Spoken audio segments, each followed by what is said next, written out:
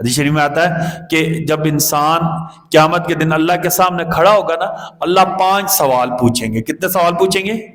کوئی بندہ بھی اس وقت قیامت کے دن اس وقت تک اپنے قدم نہیں ہلا سکے گا جب تک اللہ اس سے 5 سوالوں کے جواب نہ لے لیں۔ ان 5 سوالوں میں 2 سوال مالی معاملات کے متعلق ہیں۔ کہاں سے کمایا اور کیسے لگایا؟ 40 سال کی عمر میں انسان عقل کی بلندیوں پر ہوتا ہے، جسمانی لحاظ سے بلندیوں پر ہوتا ہے، سمجھ کے لحاظ سے بلندیوں پر ہوتا ہے۔ بعض کتابوں میں لکھا ہے جتنے نبیوں کو اللہ نے نبوت دی ہے سب کو 40 سال کی عمر میں اللہ نے نبوت دی ہے۔ ٹھیک ہے نا؟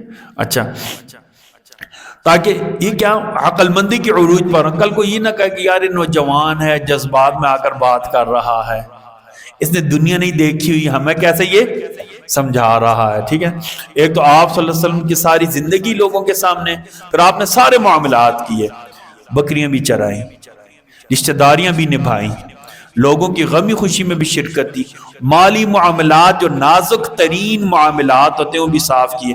ہم 12 یہاں بتلا چکے ہیں، ہمارے یہاں سارے معاملات ٹھیک کیے جاتے ہیں، لیکن مالی معاملات پر اچھے بھلے دیندار لوگ بھی توجہ نہیں دیتے۔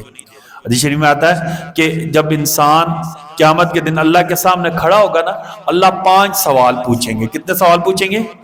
کوئی بندہ بھی اس وقت قیامت کے دن اس وقت تک اپنے قدم نہیں ہلا سکے گا جب تک اللہ اس سے 5 سوالوں کے جواب نہ لے لیں۔ ان 5 سوالوں میں 2 سوال مالی معاملات کے متعلق ہیں۔ کہاں سے کمایا اور کیسے لگایا؟ کہاں سے کمایا اور کہاں لگایا؟ کیسے کمایا اور کیسے خرچ کیا؟ مالی معاملات بالکل صاف رکھے، گھر والوں کے ساتھ مالی معاملات، حتیٰ کہ بھائیوں کے ساتھ مالی معاملات، بہن بھائیوں کے ساتھ معاملات، کوئی کاروبار کا معاملات کیا کریں بالکل صاف رکھے۔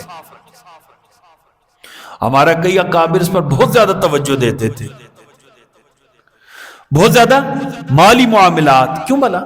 جھگڑے شروع ہی مالی معاملات سے ہوتے ہیں۔ اس لیے بہن بھائیوں کے ساتھ بھی مالی معاملات تو صاف کریں، کہیں کاروبار کر رہے ہیں مالی معاملات بالکل کیا کریں صاف رکھیں، کہیں نوکری کر رہے ہیں وہاں بھی اپنے معاملات کیا کریں بالکل مالی معاملات میں خصوصاً معاملات کوئی بھی بالکل کیا کریں کلیئر رکھیں۔ آپ صلی اللہ علیہ وسلم نے لوگوں کے ساتھ معاملات کیے جس کی وجہ سے لوگوں نے آپ کو کیا لقب دیا تھا؟